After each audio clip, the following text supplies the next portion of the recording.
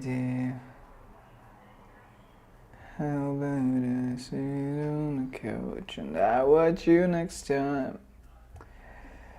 So long.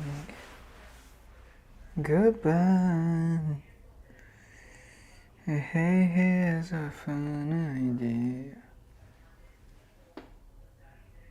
How about I sit on the couch and I watch you next time? So long. Goodbye. Hey, here's a fun idea.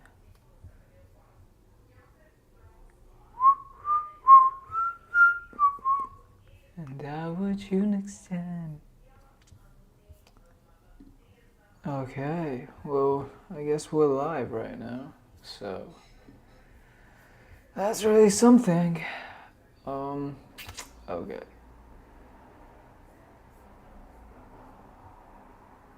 Okay, okay, okay, okay, okay.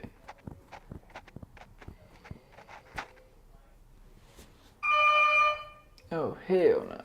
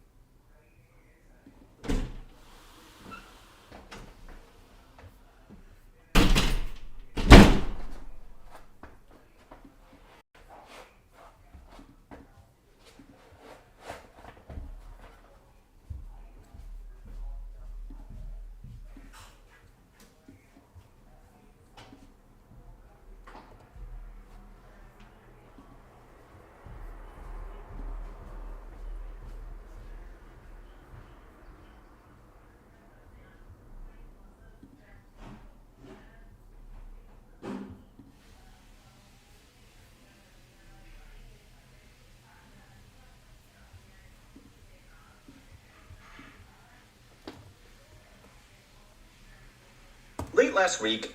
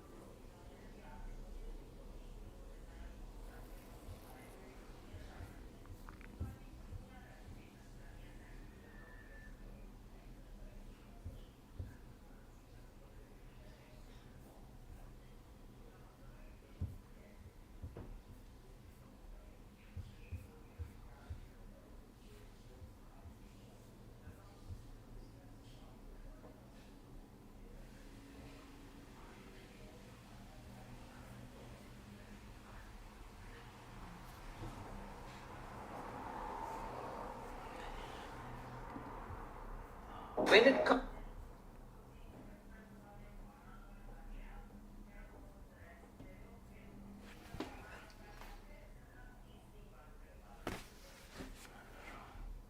And so, India really cannot innovate.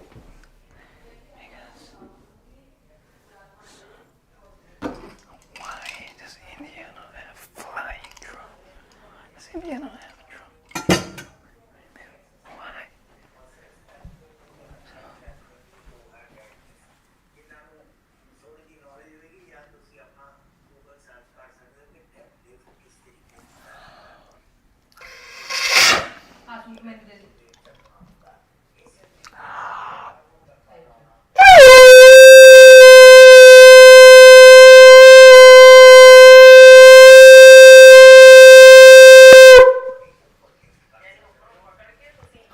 MashaAllah.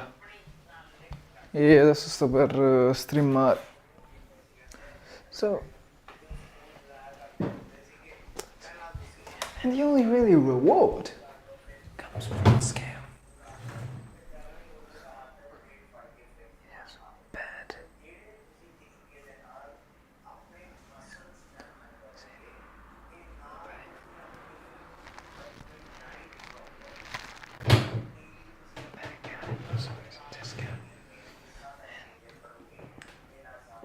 Which is not the kind of huge. Which is not this kind of net positive that people make it out to be. It still is very probably like the GDP. That's very, very simple. It tends to get pushed by the same people because it happens to be coincidence. The propaganda to be pushed. So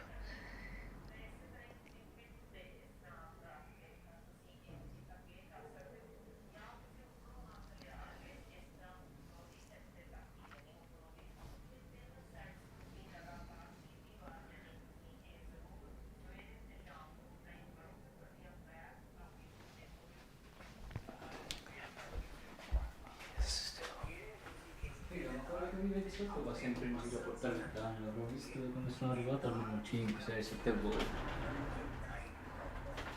Cioè, è sempre in giro col suo cane. Hiona. Che è cool, lo voglio anch'io. No.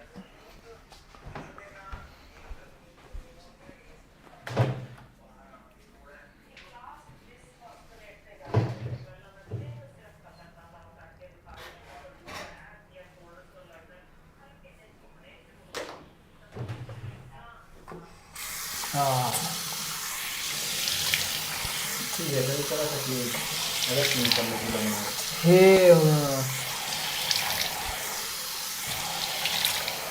Hiona. Ma figa, stava cadendo un botto anche prima.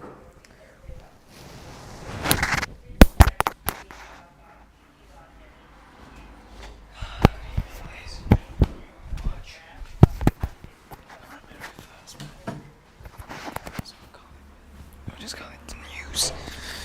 I'm trying to investigate it. Realize what India is. It is such a huge country.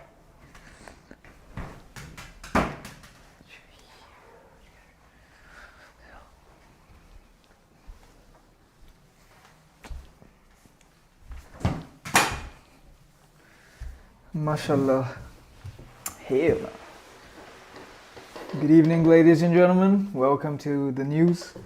I still haven't found a good name for this format, but still working on it. So anyway, this is the first episode. This is the first time that I'm doing this. This is the first time that I'm streaming like this. This is the first time that I'm doing all of this. So I want to maintain some consistency. So hopefully you'll see me tomorrow also, and the day after, and the day after, and the day after. I'm still organizing some shit, but yeah, this is it. We're gonna be talking about stuff. So let's get into it. So, very interesting day today. I just came back from India. I stayed there for a while. I stayed there for about a month, a little bit more. So you've been seeing very little from me. I know you've missed me, I know. So anyway, India, I have some observations about India. India is a rather beautiful country. It's very beautiful. It's very much fun to be in India. It's very much fun to spend your holidays in India, but I think that there should be a strong push to make India more livable. That means investing in infrastructure. That means investing in getting the air quality a little better. That means, I guess, a lot of things. Which is not an easy job, obviously, but I think that there is a substantial amount of Indians abroad that would love to move back and they would bring back a lot of things with them. They would bring money. They would bring, more people, which ultimately make the GDP grow. They would bring their expertise. They would come over and do jobs. They would open businesses. It is a rather qualified immigration or remigration. So under that pretense, I think that there should be a lot of countries moving to be better suited to host these people who come back. For example, I actually traveled all across India, but I have to say that Chandigarh is pretty well made. It's a pretty well planned city.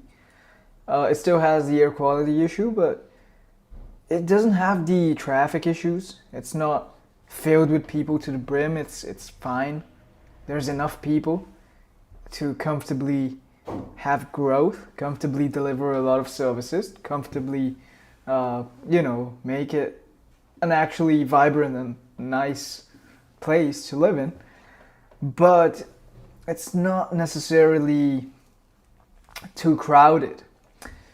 And I think that India is going to have a lot of places that change a lot. So I'm expecting a lot of planned cities to emerge out of India. And this would mean that a lot of pre-existing cities decay and decline. Some of these already are in a state of absolute disaster. Like, look at Delhi, look at Bangalore, look at pretty much any big city in India. It's dystopic. It's filled with people. There is people upon people upon people. The traffic is disgusting. You can't go anywhere. It's filled with people, again, anywhere you go. And it's just unlivable. Nobody wants to live there.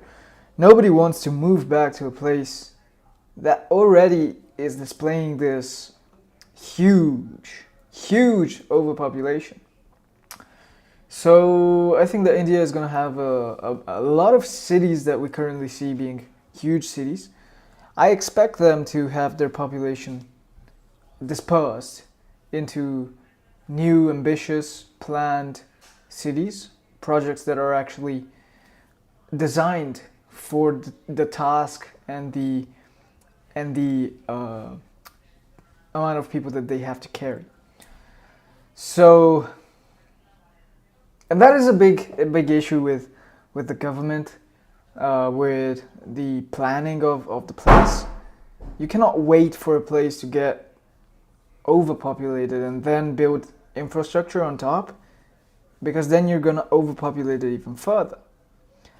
And then, like, the infrastructure just has to catch up and run behind the rise in the population numbers, and that is simply unsustainable. You can't run behind that forever.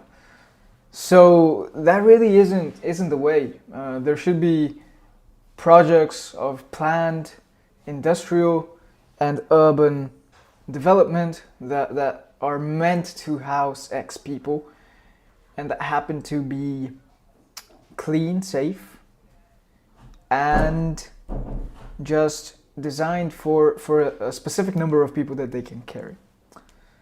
So that is one thing that I've observed. So this also happens to be a concern when it comes to the topic of pandemics. If you told me 5 years ago that we would experience one, I would have called you crazy. But right now, given this overpopulation, you cannot really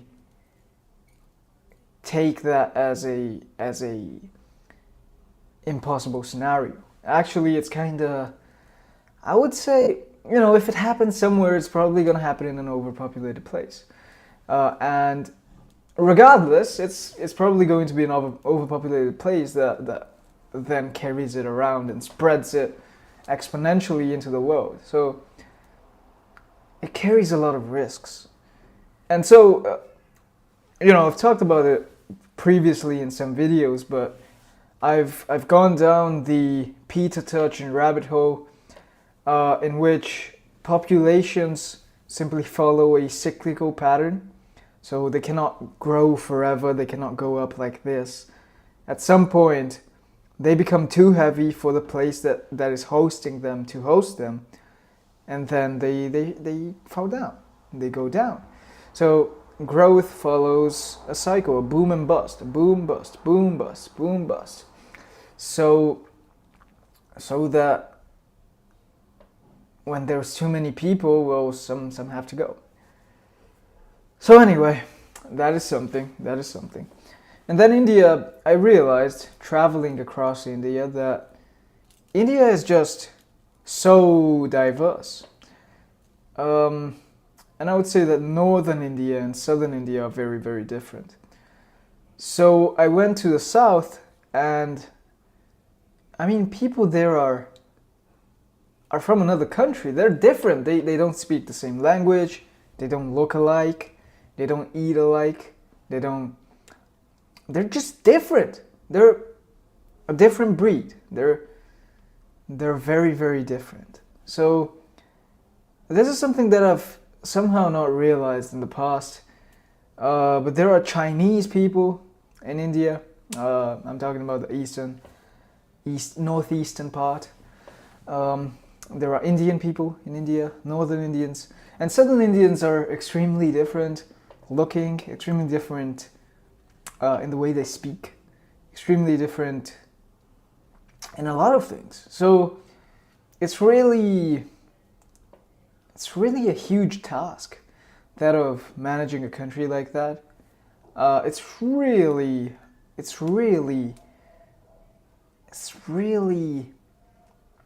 complicated. No wonder they cheat in elections. No wonder you have to cheat. How are you going to win the vote of people that are fundamentally unlike you, that you don't know, that don't know you? So yeah, the southern part of India is rather beautiful. I really loved it. It's really filled with amazing places, amazing beaches, amazing people also. I loved the people, regardless of the fact that I couldn't speak to them. They were really friendly. But yeah, you can't, how are you gonna talk politics to them? But the food is great. The friendship and the way they welcome you is absolutely wonderful. So really, I'd recommend everybody to go to South India. If you haven't been, go visit. Go to Tamil Nadu. Go to Kerala. You won't be able to speak to them, maybe a little bit in English, but it's still going to be a lot of fun, and the food is great.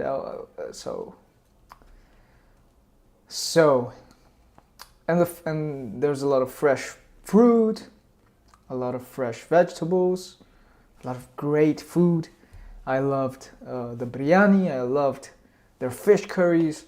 If there's one thing that I love, it's the parota they make in Kerala. That's absolutely wonderful. That's something that really is awesome. Like, you can really tell. It's almost like a pastry. It's flaky. It's soft. It's really something else. It's really a work of art. It's really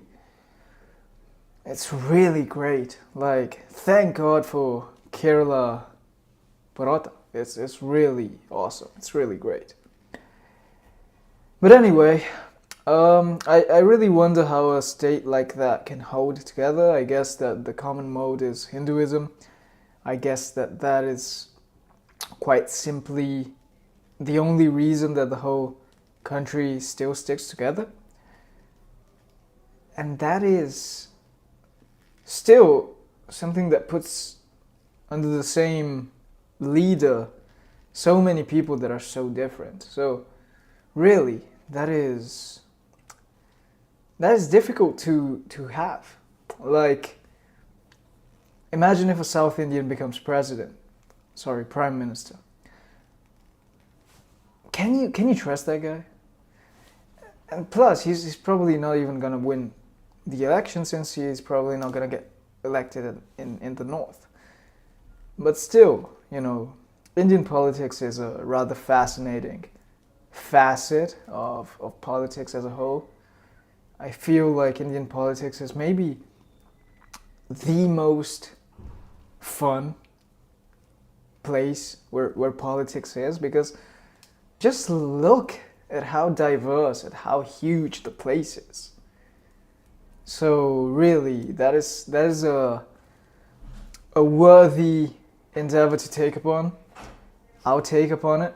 I'll do it. I'll look into it. I feel like it's a very, very interesting thing. I feel like it's a very, very interesting topic, simply because it puts under the same destiny, under a shared leader, under a shared fate, the lives of so many people, so different, so apart, so distant in religion, in appearance, in geography, in food, in clothing, in traditions.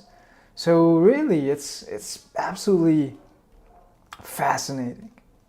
It's absolutely fascinating how you can put a mold onto a country that is so big, so huge, so different, so interesting, so multifaceted. You have to speak to so many people so deeply and convincingly to give you their vote. So really, that is something incredible.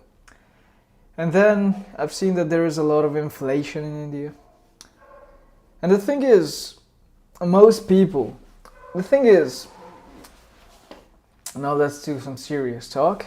The thing is, most people just do not care about anything but money. I know that they have different religions, they have different food options, they have different preferences in whatever area of life. But the only thing that they really care about is money. And that probably is why economics is such a huge political force. That's why economics is a huge political weapon, and it's being used as such on a global scale by the US. We don't really know what the hell they're doing with the US dollar, but obviously they're going to act to their interest. That's what they always do. That's what you would expect a country to do. But you know, when you have your currency as the world reserve currency, it's really not just the destiny of your people, but also the destiny of the people all around the world. And I read that India is now doing trade in the rupee. I saw that there is a summit between BRICS leaders. I saw that there is all of this kind of fuzz, which we'll get into, we'll look at, we'll make sure we understand what's going on. But there is this push to de-dollarize India, and as a consequence, the exchange rate has been punishing. It's almost like the US can just punish you at their will. So you don't use the US dollar, they're gonna come and whip you. They're gonna come and whip you. They're gonna come and whip your ass. And so that's kind of what's happening with the exchange rate between the rupee and the dollar. Other than that, I saw that inflation is fucking crazy. Like, inflation is a beast over there. So, I mean, it's kind of like that in the whole world, but the rupee is a joke. The rupee is a very weak force, despite it uniting so many people. But I guess, you know, you're competing still with economies that are much more proficient and similarly large, I'd guess. When it comes to the US, they're very, very big. When it comes to Europe, the euro is still occupying a huge demographic area. There's a lot of people using the euro. So it really unites a huge market. and so it creates the conditions to compete against it. And then China too is a huge force. But yeah, I'm not really an expert on currencies, but I'll look into it. We'll look into it, and we'll see what that is all about. Now, I think that this was a good parenthesis on India. We'll also talk about technology. That is one of the core things that I've been talking about on this channel for a long time. I've been talking about AI, and I feel like AI is one of those things that absolutely is changing the world. We don't really know how, we don't really know when, we don't really know who it's coming for. It just feels like this force that is gonna cannibalize everybody. And if you think about it, AI looks and talks and acts a lot like a corporate slave. It is a slave. It doesn't get paid. Its masters get paid. And it just acts like a corporate slave in everything that it does. Hey, can you write my email? Yes, here it is. Hey, can you write some code? Yes, here it is. And I feel like nobody in politics just talks about it. Nobody in politics, I don't know if they don't care, or if they're told not to talk about it, or if they're not qualified, or if they just don't understand it. I mean, nobody really understands it. It's really nobody's land, no man's land. Because, the people that work on it don't really know its consequences. The people that use it don't really know how to use it. Nobody really knows how it works. So really, this is a limbo that we're living in. Nobody knows how far it will get. Nobody knows how much it can grow. Nobody knows how many things that it can encapsulate. Nobody knows anything. So really, it's a very interesting topic in which nobody really knows anything. Even the experts. Oh, I'm an AI expert. I am. They are pathetic also. And the experts just they either don't speak publicly because their jobs are top secret, because they understand how big of a deal it is. And if they do speak publicly, I'm not sure they would be honest. I'm not sure they would be transparent. And anybody who isn't developing these is just unreliable. You don't really know what their end goal is.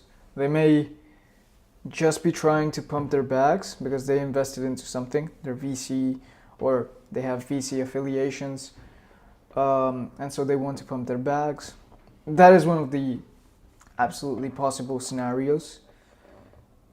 Or, well, nobody really knows. Or they may be selling courses, or maybe they just want to do some PR stunts. So really, nobody knows. Nobody knows anything. It's no man's land. I wish there was more transparency. I wish more people knew about this. I wish more people talked about this. I wish we knew more. We don't. So we're just gonna have to see and look what we can understand.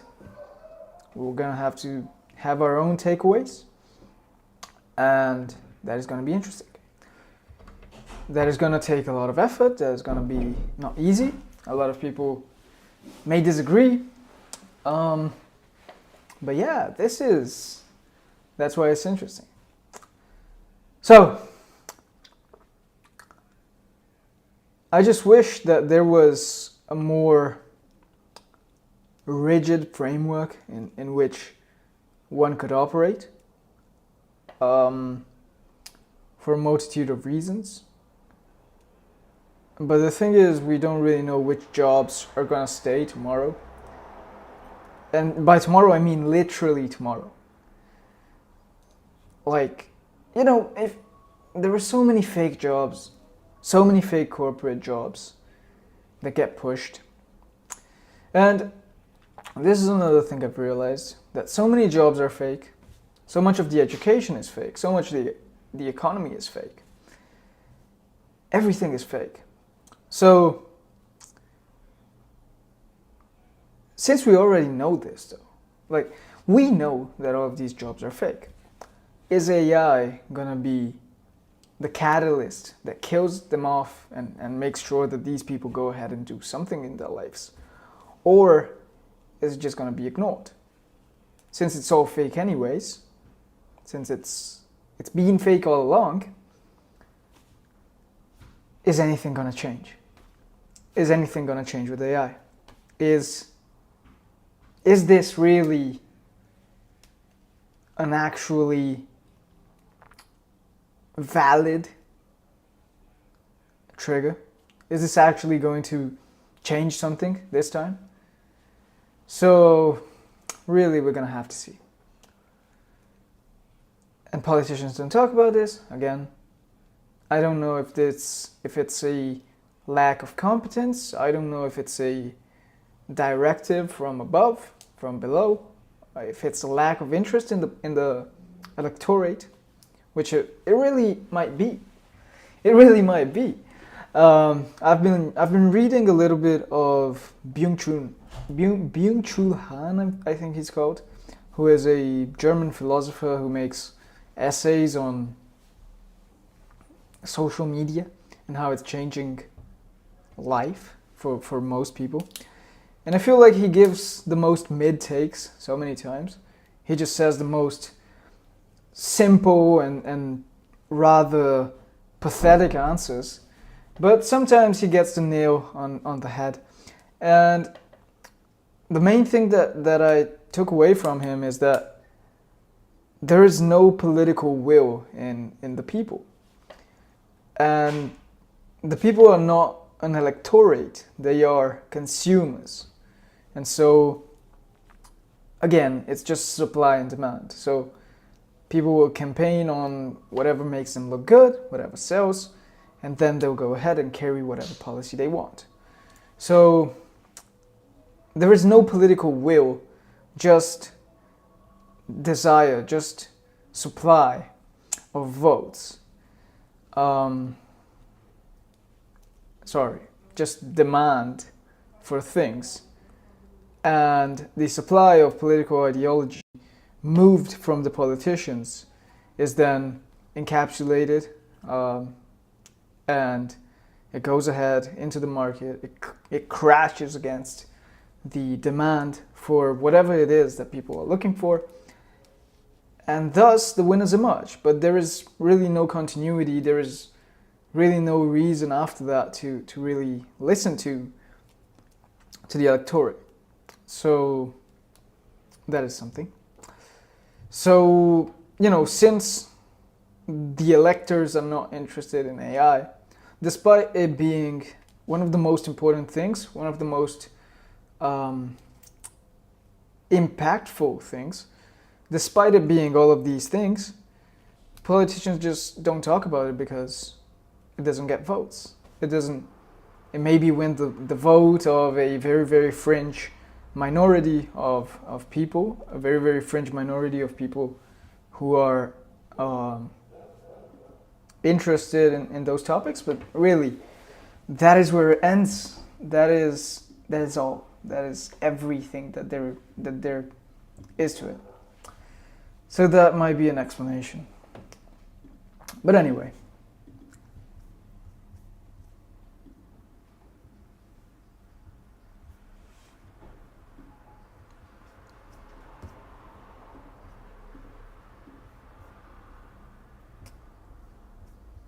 Now,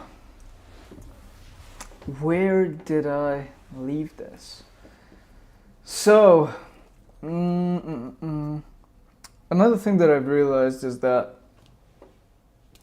so much of the education is fake also.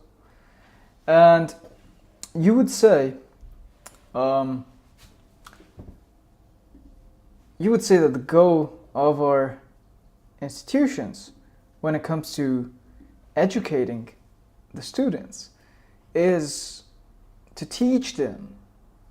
But really, it's just a caste system. And in the same way that the caste systems worked, for which it determined your job, today that function of assigning people to a job is done by universities. And this is how you find so many woke feminist HR people. That's how you find so many people with fake degrees, fake jobs. It's all because of this university caste system. Anyway, I think that I've ranted enough. I've talked about all of this enough. I've talked to you about my time in India, about how it's a huge country, about how it's a very complex scenario to model politics around, because how are you going to manage all of those people? I think that my idea, I've always been a libertarian, so I would say that a lot of these states need more independence. The south of India needs more independence, as does the north. I feel like a federation would be a much more adequate structure for a bunch of reasons. Simply because those are separate countries, in my opinion. But obviously, you know, we'll see. I don't know. I'm not a politician. I'm not an expert. I'll maybe talk about expert stuff once I've made my mind up, once I've looked into the abyss long enough and realized what it all is. But right now I don't have the answers. I don't know. I'm on the quest to find out. So really that is all. Now, there are a couple of videos that I wanted to watch. I'm not fully sure I do want to watch them. So the first one is this one. AGI is not coming. So this beautiful bald head is gonna talk to us about why AGI is not coming. Hello, I'm out of my usual room today. As you can see, I'm flying to the US for work. But I wanted to give some quick updates on OpenAI's new model launches the past week. So they've released an open source model in different variants, and they've also released a new frontier model in different variants. The open source model called GPT-OSS, and the frontier model obviously called GPT-5. Now, I am sure you've heard and seen the announcements, but I wanted to kind of give a quick thoughts on this, and that is, I really feel that the era of boundary-breaking advancements is over. Like, AGI is not coming, and we can be reasonably sure about that with not just OpenAI's new launch of models, but also other frontier models. It seems very much that we're in the Samsung Galaxy era of LLMs, and what I mean by that is, you remember like the early smartphones, every new generation was absolutely groundbreaking with like new things and wow, it really expanded the capabilities of these devices. And now we're at Samsung Galaxy 42s 5 Star or something like this, and it has a bit better camera than the last generation, and like the image software is a bit better or something like this. And I'm not saying we're there, but it feels we're definitely going towards that. So there's big talk in the community that OpenAI has probably used synthetic data sets extensively in training these models, and also used reinforcement learning extensively. And that means that rather than sort of collecting data from all around, they are gearing their models towards particular use cases. And it is widely assumed that these use cases are coding, because coding is where these LLMs making a lot of impact right now. Benchmarking, like all these kind of benchmark tasks. Now, trying to say that they are gaming the benchmarks necessarily, but certainly collecting that kind of data that would be helpful for these benchmarks and then directly reinforcement learning on it is not out of the question here. And this is evident by the fact that people are saying that, especially the open source variants of OpenAI's models, they hallucinate to a much higher, like the model seems to have a lot less world knowledge than other models, but at the same time, these models are really, really, really good at instruction following and at tool calling. And so I do believe we see a future where LLMs sort of act as tool calling glues, so to say, as, okay, you give them a bunch of tools, and then the LLM is responsible for sort of routing information between the tools. And we already see that today, right? You can have agentic behavior from pretty much any provider of LLM. That's like, please don't be impressed if you see something like this. This just comes out of the box with the LLM providers. So what matters in the future is the tools and how you can get access to them.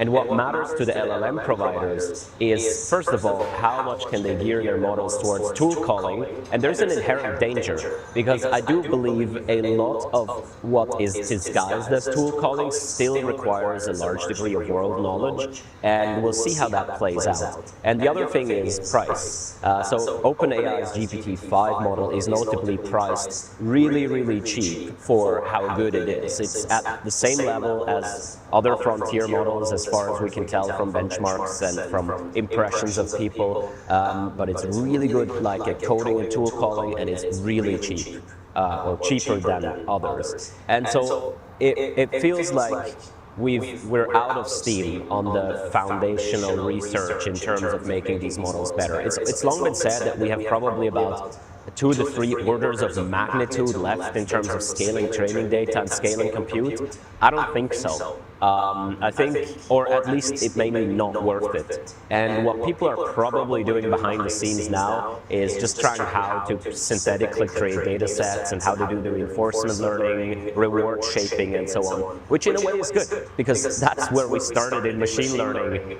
when sort of deep learning came on the scene. And we're trying to figure out how to best train these things. And then came the LLM era, where it was just like pump data, pump data, pump data, pump compute. And that made a lot of gains, and now we're back to, okay, you actually have to do something smart. So it's as exciting. However, compared to earlier, now it takes like millions of dollars to do one training run. So I do believe like a really good era to be right now is in being able to predict where the big training run ends up. And obviously the big companies are already doing that and have been doing that for a long time. But being like, right now, if I were to get into research right now, I think a very interesting era would sort of be, how do we predict from small experiments and from early training trajectories where we'll end up, and ideally how we can fix it along the way, right? So we don't have to restart again, but we're like, okay, it's a bit off to the left, let's sort of fix it like this to achieve some desired outcome. And the other era is just how much world knowledge is required versus how much tool calling ability is required, and how should we balance between the two. So again, new OpenAI models, extensively trained on synthetic data, probably large part reinforcement learning, probably very geared towards the money-making situations right now and not just pure intelligence anymore. And it seems like we flattened out on that front, and AGI is not coming. Shout out to Jack Morris, who has a really good thread on Twitter, X, whatever that's called now. I'll link it in the description, where he goes extensively into embedding data that comes out of the open source GPT models and actually showing that it has a very particular distribution. And from that, that's just more evidence to the probable data composition and training paradigm that these models have. That's okay. So, interesting takeaways. It's not more data that's going to make a difference at this point, apparently. And also, I guess synthetic data, if you're just pumping it out of the existing frontier model, it's not gonna get you very far.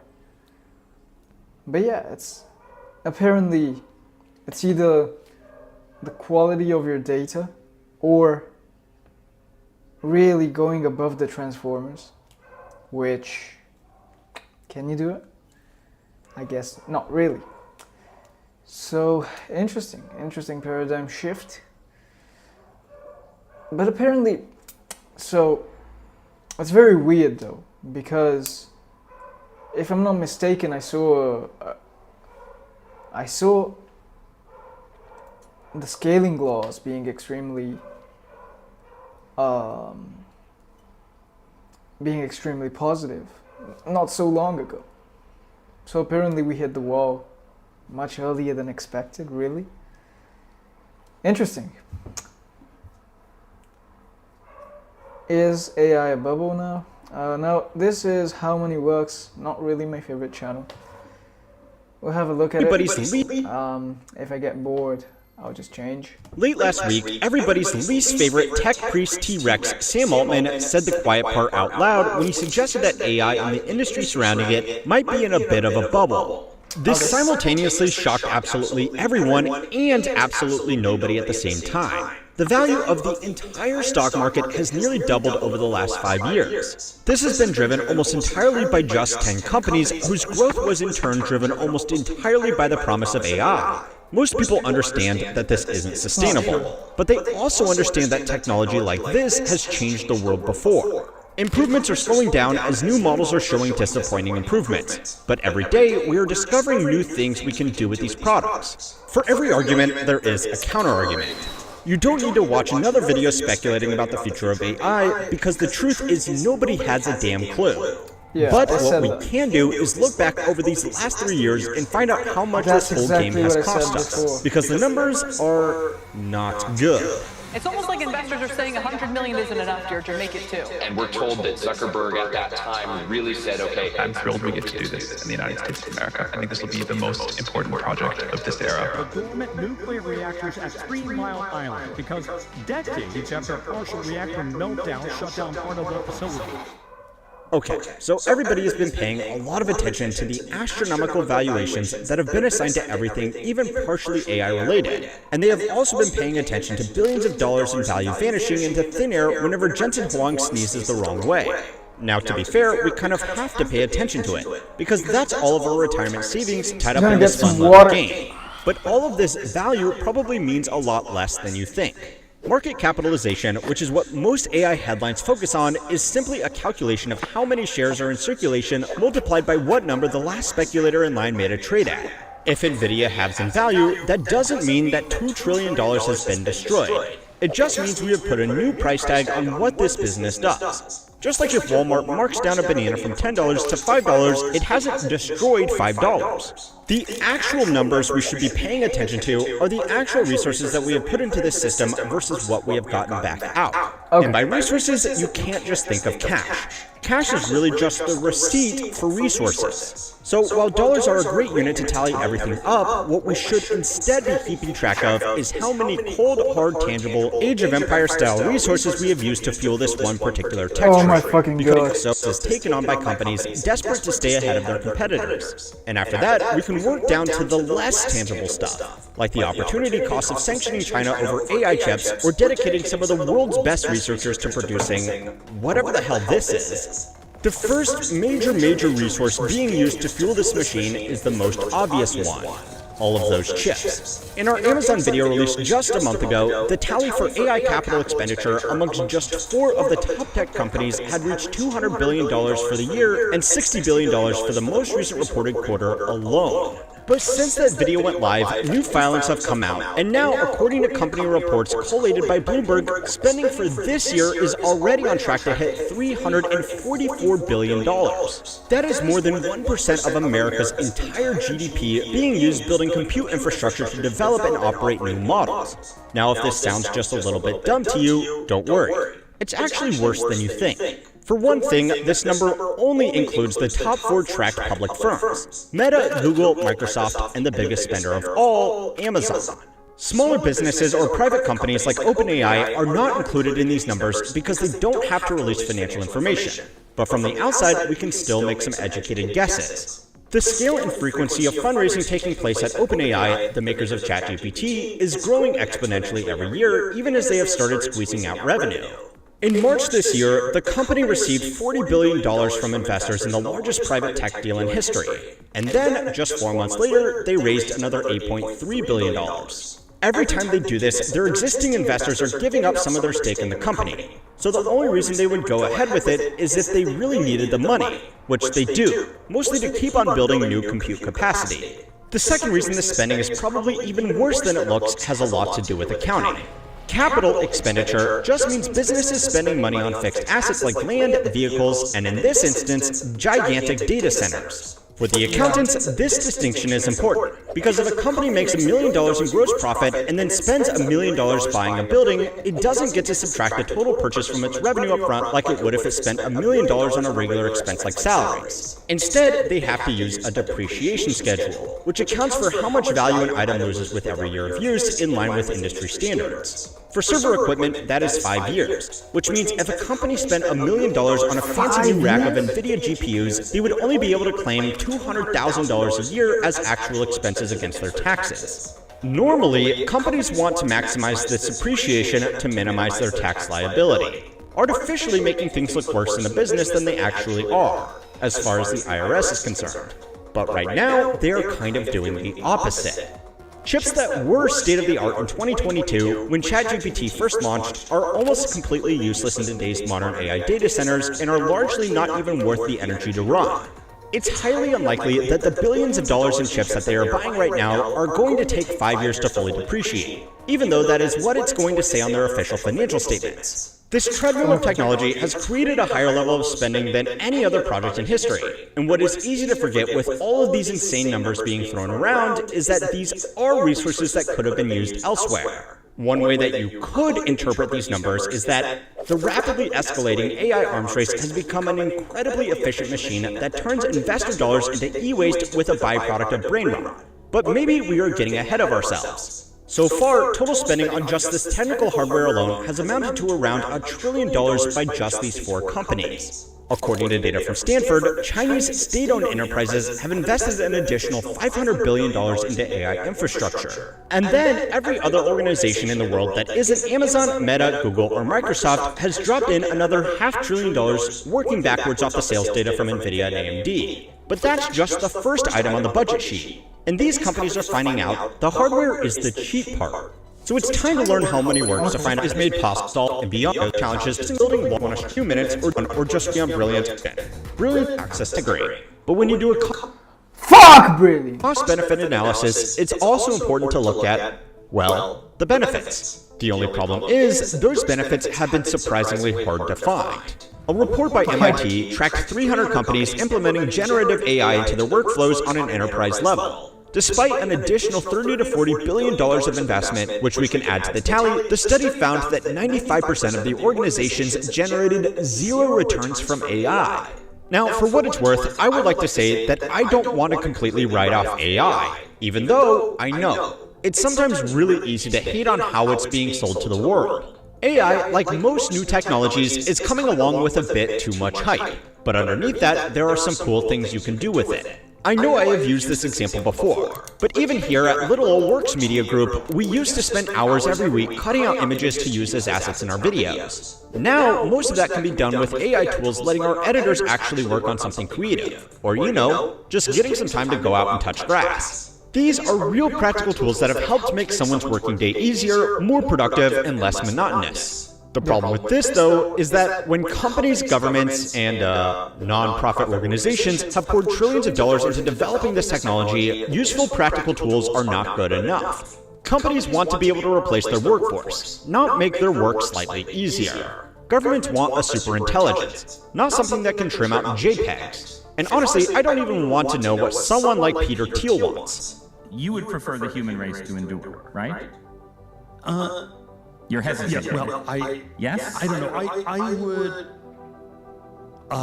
Yes. Okay.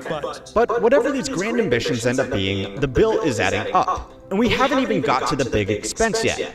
energy. Earlier this month, a group of AI researchers started making headlines after they returned from a tour of facilities in China. Their claim was that America had probably already lost the AI arms race, not because China had better technology or researchers, but because they had an actual functional electric grid. According to the Department of Energy in a report, the foundation of America's electrical grids were built in the 1960s and 70s, and a lot of the infrastructure is still being used today, well past the end of its intended life cycle.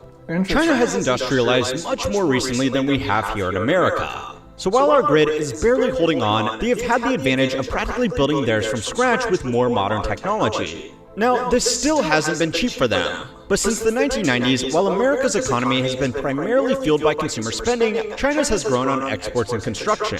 According to their national statistics and corroborated by Bloomberg Intelligence, the country spent nearly $2.3 trillion on infrastructure in 2022 alone, compared to $1.1 trillion worth of spending in the US, spread out over 5 years. This is not to say what China is doing is a good idea either. This kind of spending has put them in a potentially ruinous amount of debt. But the reason this is important for the AI discussion is because Chinese grids frequently run with energy reserve margins of 100%, which means it has twice the energy capacity it needs, whereas in America, we operate with margins of just 15% according to the researchers who made this report. That means that AI data centers in China are actually a useful way to soak up extra energy capacity, while the same facilities here in America are a strain on already crumbling infrastructure. The International Energy Agency estimates that data centers accounted for 1.5% of the world's electricity consumption in 2024, and is projected to double by 2030 if current trends continue with AI.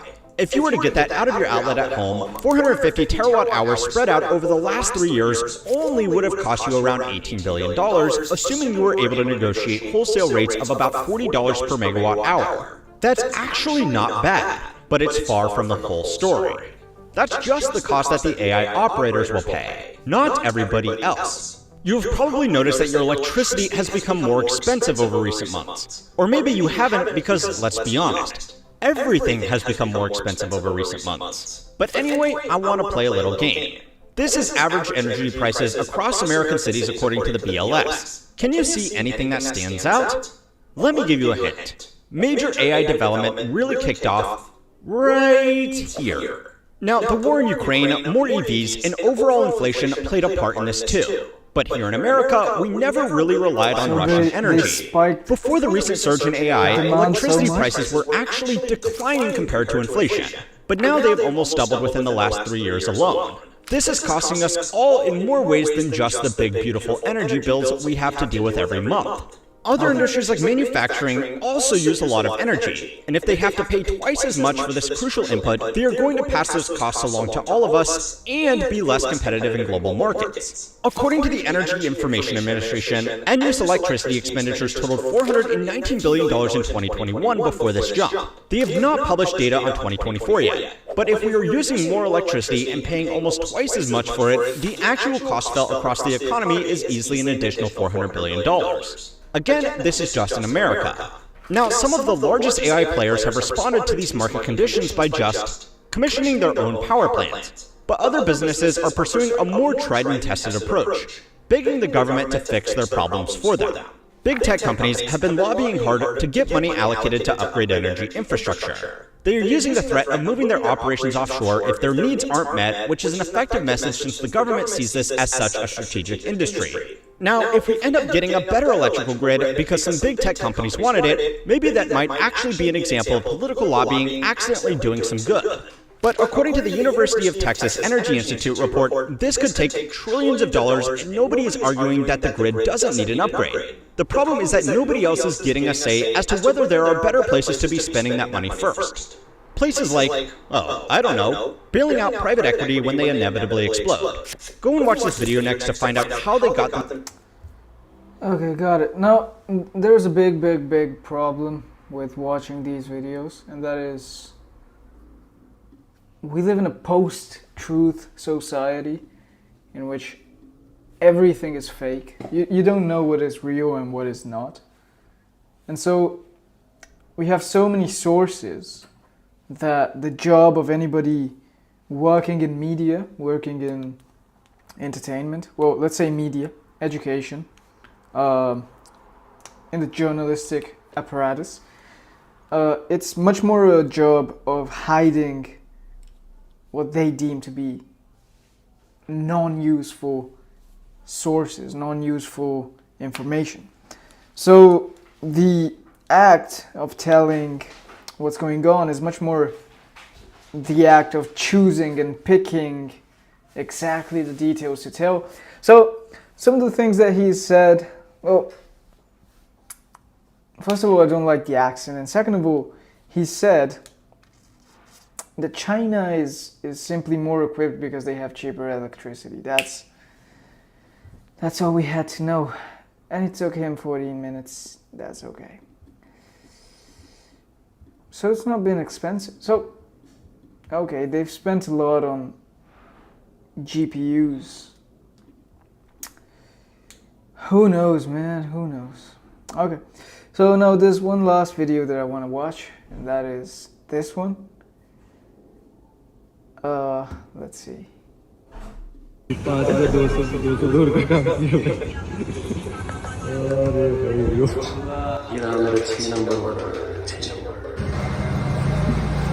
Scan भी कर सकते हैं, फिर ये पैसा लेके जाके फिर जमा करना पड़ता है, बड़ा झमेला है इसमें। Hello everyone, welcome and welcome back to my YouTube channel. तो आज मैं बना हूँ ब्लिंकिट में डिलीवरी बॉय। मैं दिखाऊंगा आज आपको पार्ट टाइम 6 घंटे काम करके आप ब्लिंकिट में कितना पैसा कमा सकते हो। आज मैं दिखाने जा रहा हूँ आपको ब्लिंकिट में आप कैसे पैसा कमा सकते हो पार्ट टाइम करके। यहाँ पे देखिए मैंने 3 गिग लिया हुआ है, 1 गिग्स ले लेना पड़ता है, स्लॉट बुक करना पड़ता है 7 बजे से लेकर 9 बजे तक, 9 बजे से लेकर 10 बजे तक, 10 बजे से लेकर 11 बजे तक। इसमें इंसेंटिव मिलेगा आपको। तो मैं 11 बजे तक करके दिखाऊंगा आपको 7 बजे से। अभी 7 बजे वाला 41 हो गया। तो उसके बाद कितना इनकम होता है कितना 4 घंटे में, तो मैं आपको दिखाऊँगा। ये देखिए अभी तक 0 है। अभी सेम टाइम अभी 7 बजे से ये गिग स्टार्ट हो गया। तो दिखाता हूँ कितना ऑर्डर लगेगा और कितना इनकम होगा, वो मैं आपको दिखाऊंगा। ये 36 किलोमीटर चलेगा। अभी मैंने जस्ट 36 किलोमीटर चलेगा। ब्लिंकिट में आप जैसे लॉगिन करोगे उसके बाद यहाँ पे आपको स्टोर दिखाई देगा। ब्लिंकिट में जैसे आप लॉगिन करोगे स्टोर दिखाई देगा, गो टू स्टोर ऐसे स्टोर का लोकेशन आपको दिखाएगा। He picked the loudest street to do this. यहाँ पे चल सकते हैं। स्टोर पहुँच गया भाई, ये रहा स्टोर। Let's go. Okay. ये है स्टोर का पार्किंग एरिया। ऑर्डर के लिए आपको यहाँ पे स्कैन करके थोड़ा इंतज़ार करना पड़ेगा और यहाँ से कलेक्ट करना पड़ेगा।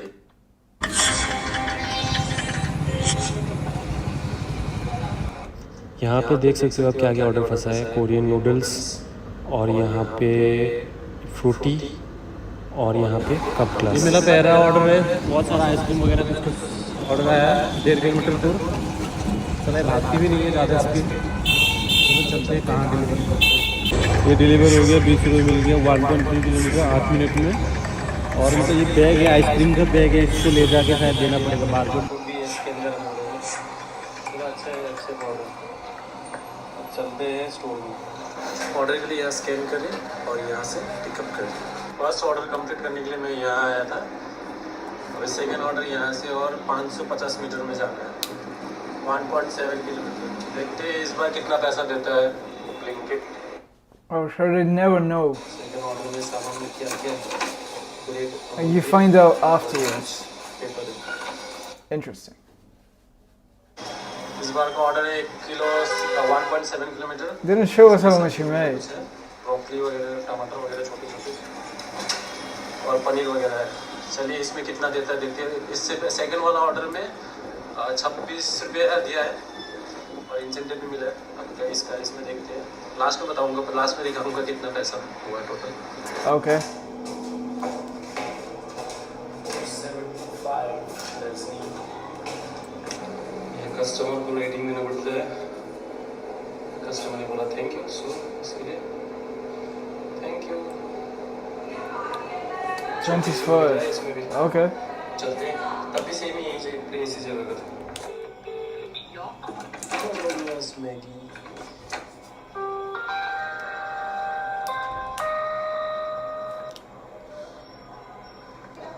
154 कैश कलेक्ट किया। 5 स्टार कस्टमर। इसमें नहीं मिला, हाँ इसमें मिला, इसमें भी मिला 25 रुपये, इसमें कम है। Go to the next order. अब चलो स्टोर में, ये है स्टोर का मैप।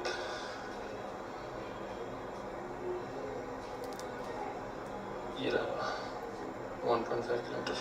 तो स्कूटी प्रॉब्लम कर रहा है scooter. Oh my god. 15 kilometre speed ही नहीं है, 7 किलोमीटर लेवल चल फिर भी इसका स्पीड ही नहीं है। ये रहा मेरा 6 नंबर ऑर्डर, 6 नंबर। ये अभी मिला मुझे 36। कंपनी ने 1 रुपये कम ही दिए है। इतने नमूने कस्टमर्स मिलते हैं, क्या बोले।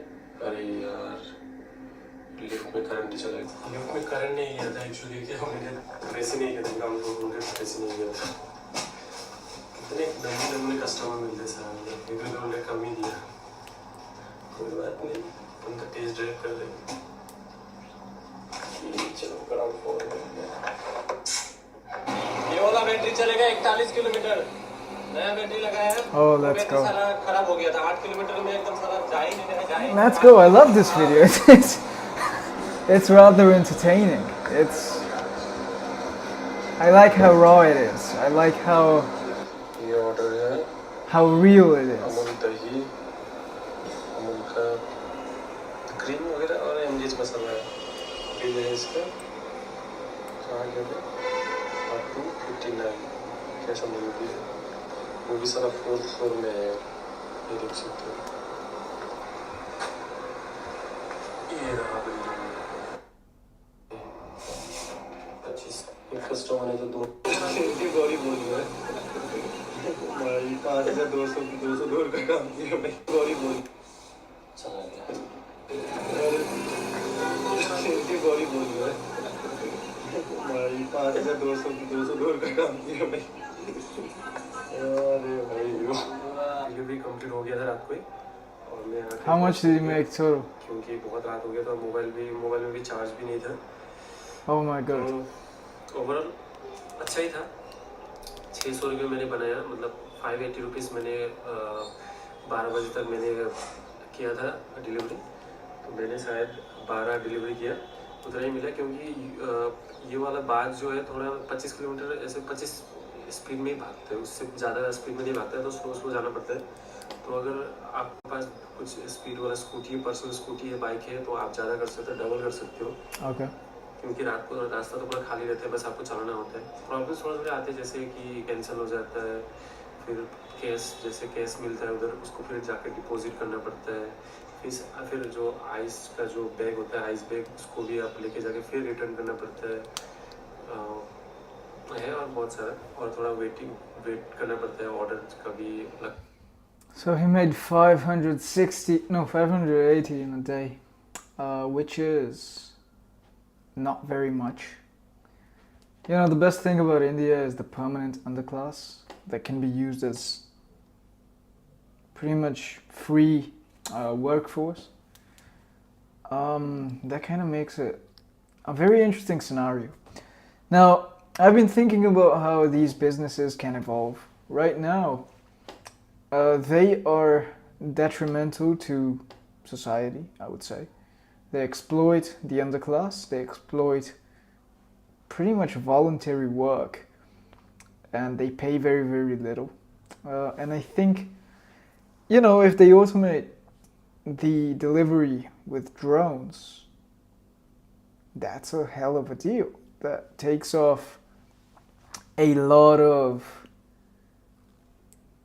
scooters from the road, makes the road safer.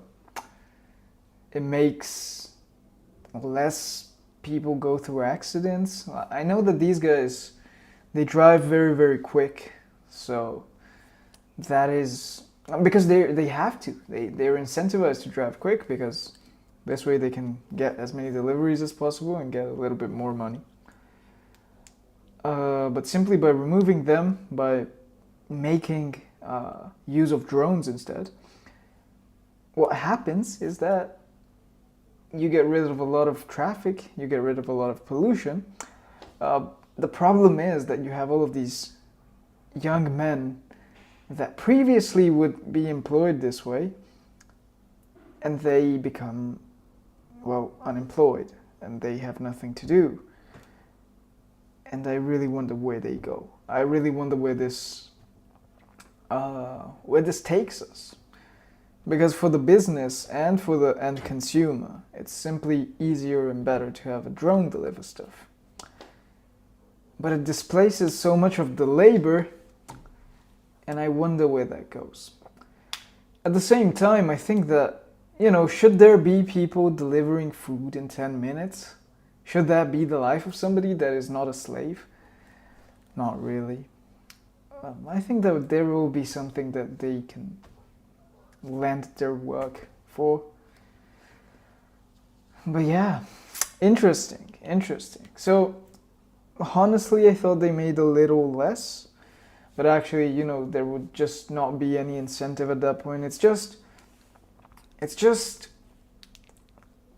the minimum they can give in order for somebody to be incentivized to deliver stuff.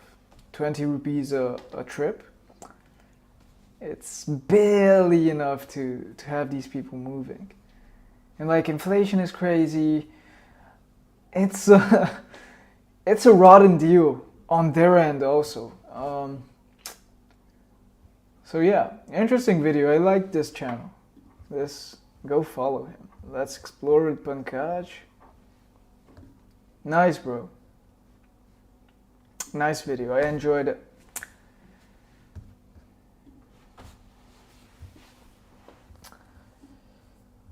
Anyway.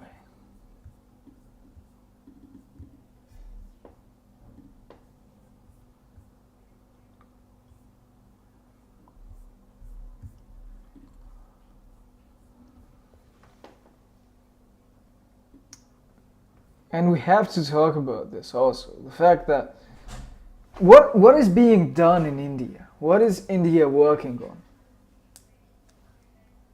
Exploiting the labor of young, poor men who are part of the permanent underclass, having them deliver your food, having them deliver your groceries, having them pay for the gas, and simply deliver you your food quick for pennies, for nothing. Is that something that we want in India? I don't know. I don't think so. The only thing that India is doing with its tech infrastructure is applying scale to existing very, very simple businesses. It's not innovating. It's not building something interesting. It's not making something great. It's not making something that is genuinely changing lives. It's not making something that is genuinely lifting people out of poverty. It's simply exploiting the scale of the cheap workforce there is, that is supplied by the permanent underclass, and that is being exploited by this way of doing stuff. So all of these unicorns that are popping out, they're just pathetic attempts at upscaling to a national level the services that the permanent underclass provides, by using cheap, extremely cheap, almost free labor and offloading onto them all of the responsibilities. So this is pretty much everything that has come out of India. That is all that India works on. Any talented Indian just goes abroad.